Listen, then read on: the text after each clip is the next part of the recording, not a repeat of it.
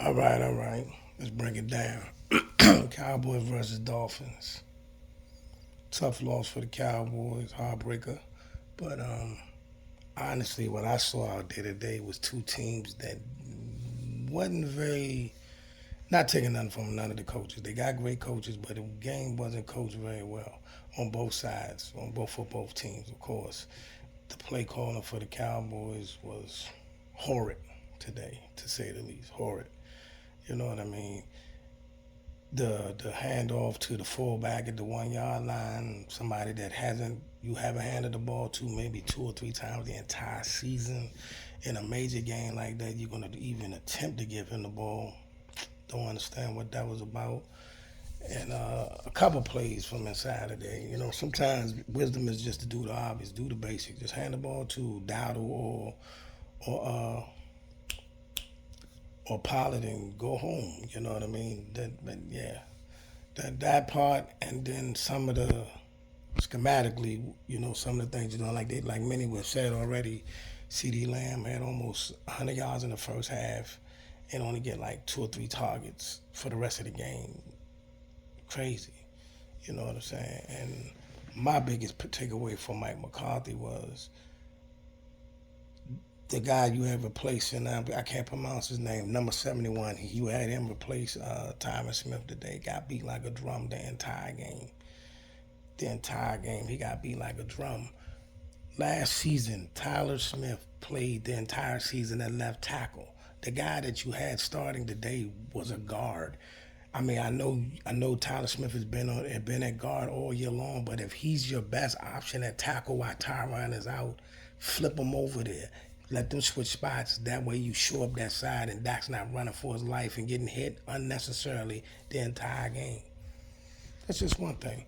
The Dolphins is crazy because I think their biggest problem throughout this season, even though they won today, their biggest problem in the postseason is sometimes you get too cute for no reason. So all that extra, a lot of that extra stuff was really what was causing their offense to sputter today. Thank God for that kicker, but they could have easily. Neither Bland nor Gilmore could guard the two receivers you had out there, but all the extra exotic stuff you was doing, that's actually what got most of hurt. You know what I mean? So So sometimes they might be too cute for their own good. I mean, you have the goods, you have the makers, you have all kinds of playmakers from Wilson to Waddle to Hill, to the two running backs. They got everything you need on offense, but they kind of stymie themselves with some of the extra exotic stuff. But, kudos to them. They won the game. But I don't know how that's going to work in the playoffs. You know what I mean? They're going to have to show up their play calling as well. Defensively, Cowboys, Dan Quinn. You too are putting yourself in unnecessary harm. I've said this all year long, and I'm gonna continue to say it. It's been time to get Jordan Lewis out the way and put the younger corners, Israel Matumlik, on the field.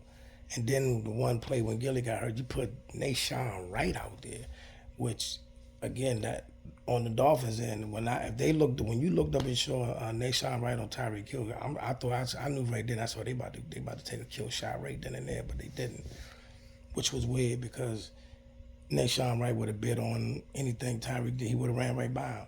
You got to put the younger, stronger corners on the game. Damone Clark, he may have had one good game all year. He may have one good game all year. You know what I mean? And I'm not one of those fans that's going to just beat down the team because they lost. But these things have been happening all year.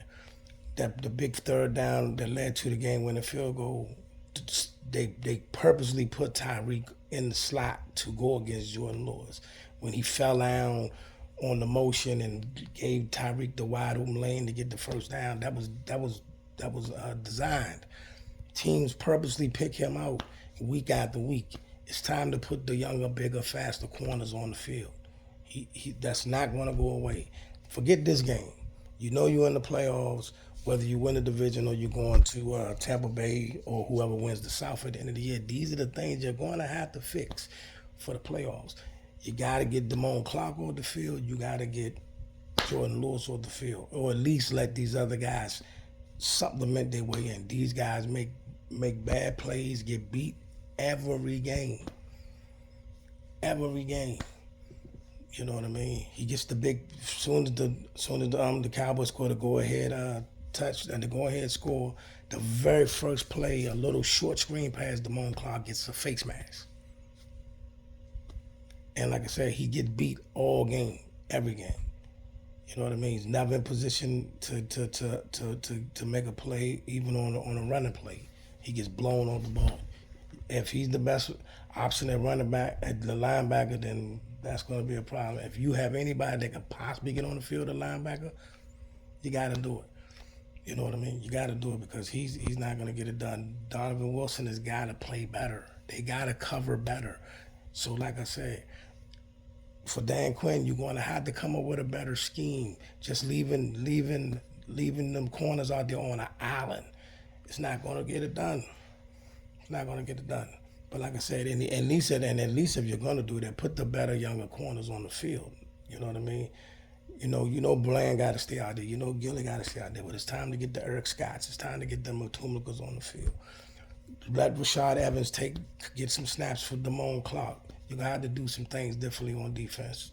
You know what I mean? Instead of just depending strictly on the pass rush to cause havoc to save the day. Because several plays today, the pass rush saved the day. Because the back end guys wasn't in position to make plays, but the pass rush came in. With that being said, get ready to go home and go against a Detroit team, a game that you could and should win, and go from there. As for Miami, get ready to play Baltimore, which should be a doozy. They got their hands full tomorrow with